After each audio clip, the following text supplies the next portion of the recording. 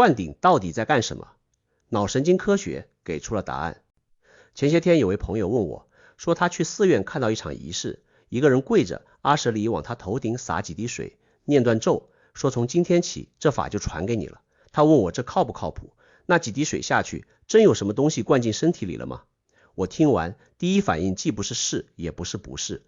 我想的是，這件事2000多年來一直有人在問。Hello， 大家好，我是王立杰。今天想聊的詞叫灌頂。你可能在很多地方聽過，比如形容一句話透徹叫醍醐灌頂。也有人一提密宗就想到灌頂，仿佛灌了頂就得傳承、得加持，得了上師傳來的能量。這個詞分量很重，重到許多人一輩子想求一次。可它到底在幹什麼，反倒很少有人真說清楚。先不急着下判斷，我想帶你看見有意思的事。灌頂最早根本不是佛教的。回到2000多年前的古印度，新王登基有套儀式，祭司取來四方大海的水，一盆盆澆到新王頭頂，澆完你就是王了。這儀式在梵文裡有個專詞，譯成中文就是灌頂。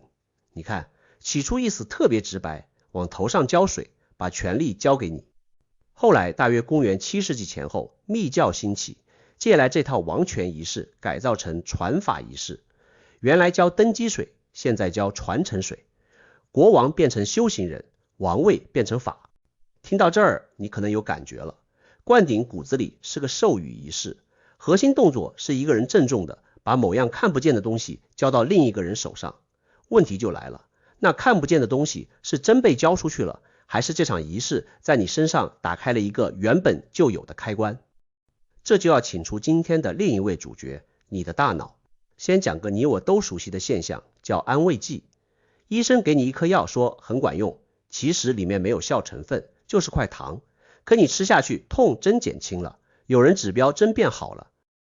這不是裝的，也不是心理作用4個字能打發的。科學家拿儀器量過，吃下糖後，大腦真分泌了止痛物質，身體參數真變了。意大利研究安慰劑的科學家贝內代蒂做了幾十年這個方向，結論說白了就一句：你對一件事的期待本身就是一味藥，期待越強，藥越猛。我自己有過一次小體會，有年頭疼的厲害，翻出一盒藥看也没看，倒一顆吞了，沒多久人就鬆下來，覺得好多了。後來才發現那根本不是止疼藥，是一盒放了很久的維生素。那一刻我愣了半天，藥沒起作用，起作用的是我以為它會起作用。別小看這件事，它說明一個道理，有時真正在你身上動手的不是東西本身，而是你對它的相信。那期待怎麼變強呢？這就輪到儀式登場了。你想想，一顆普通的糖跟一場莊嚴儀式，哪個更能讓你相信有大事要發生？一個人穿着法袍坐在壇城中間，香點起來，咒念起來，你跪在下面，知道為這一刻等了很久。所有感官，眼見的、鼻聞的、耳聽的，全在告訴你同一句話：此刻不尋常。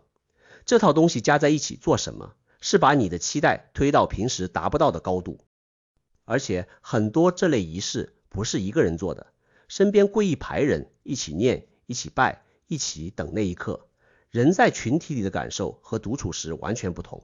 一群人做同一個動作，發同一個聲音，每個人心裡那份這件事很重要的確信會互相傳染，互相加碼，你更容易被捲進去，更難抽身冷眼旁觀。莊嚴場面裡從來不缺這種彼此點燃的力量。這裡要講一個這些年腦科學裡很重要的看法，叫預測編碼。它是說大腦不是被動攝像機，外面有什麼就照單全收，它更像一台一刻不停在猜的機器，先猜下一秒会發生什麼，再拿真實感官信號去對。舉個特別小的例子，走夜路遠遠看見路邊有個黑影，形狀像人，心裡一緊，走近才發現是掛在樹上的衣服。有沒有想過那一瞬間你看見的人從哪兒來？不是眼睛送進去的，是大腦先猜出來的。信息不夠時，他搶先替你補了個答案。害怕是真實的，可那個人是你腦子畫出來的。大腦一天到晚都在幹這件事。我們頻道以前講念佛為什麼要100%相信才有效，講的也是這套東西。關鍵在於大腦給這些猜測分配的信任度不一樣，有的半信半疑，有的極度確信。這個信任度學術上叫精度權重。一個被你極度確信的猜測，真能反過來改寫你的感受。現在把這兩件事接起來看，一場極其隆重的儀式，正是把我即將得到傳承這個念頭的精度權重一路頂到最高。念頭被頂到足夠高時，你的身體、情緒、感受會真跟着動。有人灌頂，當下渾身發熱；有人流淚，有人感到說不出的篤定。這些反應不是假裝的，從大腦角度看，它們是真實發生的。到這一步，更深的問題浮出來了。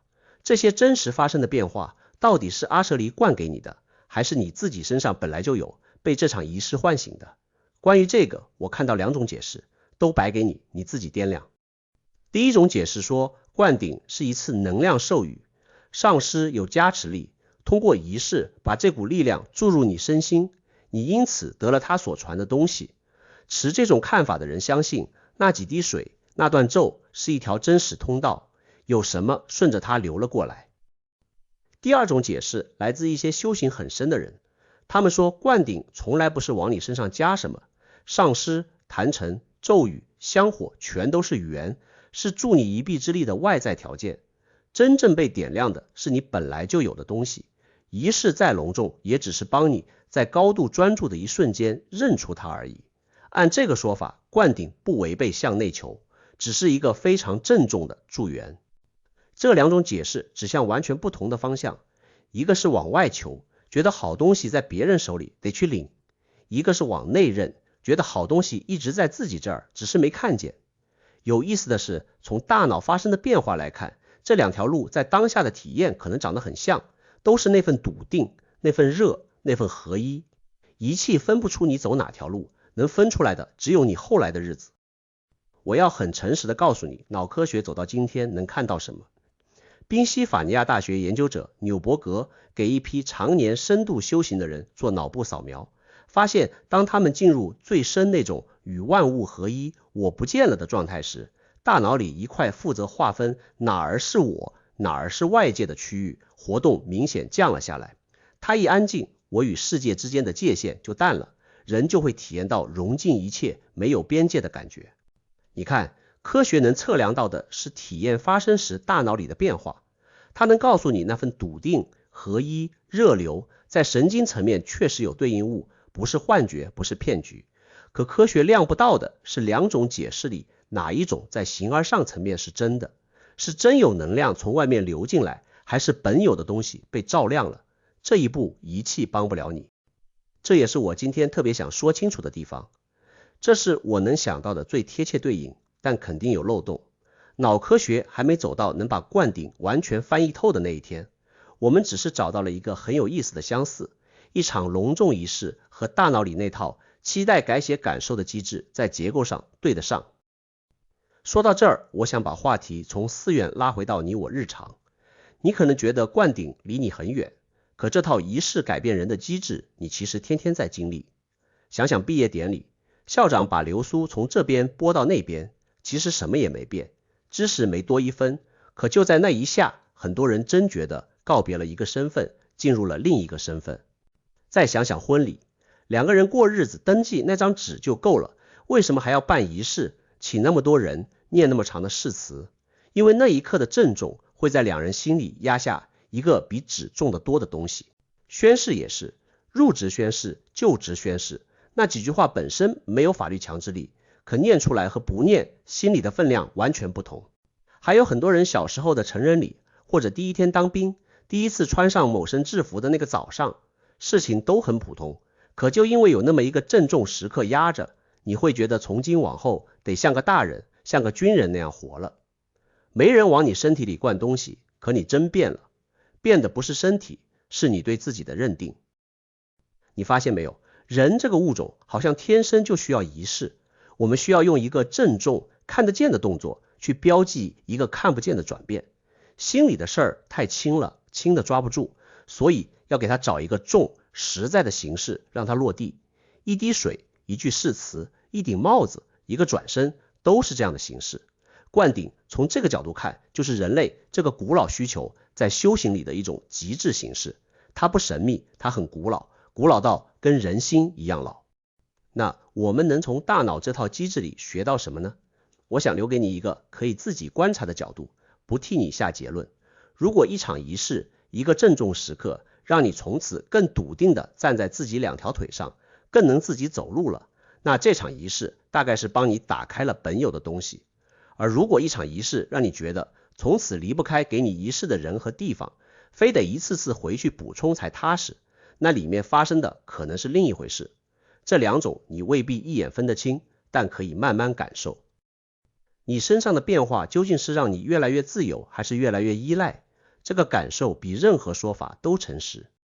我一直覺得佛法有個特別動人的地方，它好像總在想盡辦法讓你最後不再需要任何拐杖，包括他自己。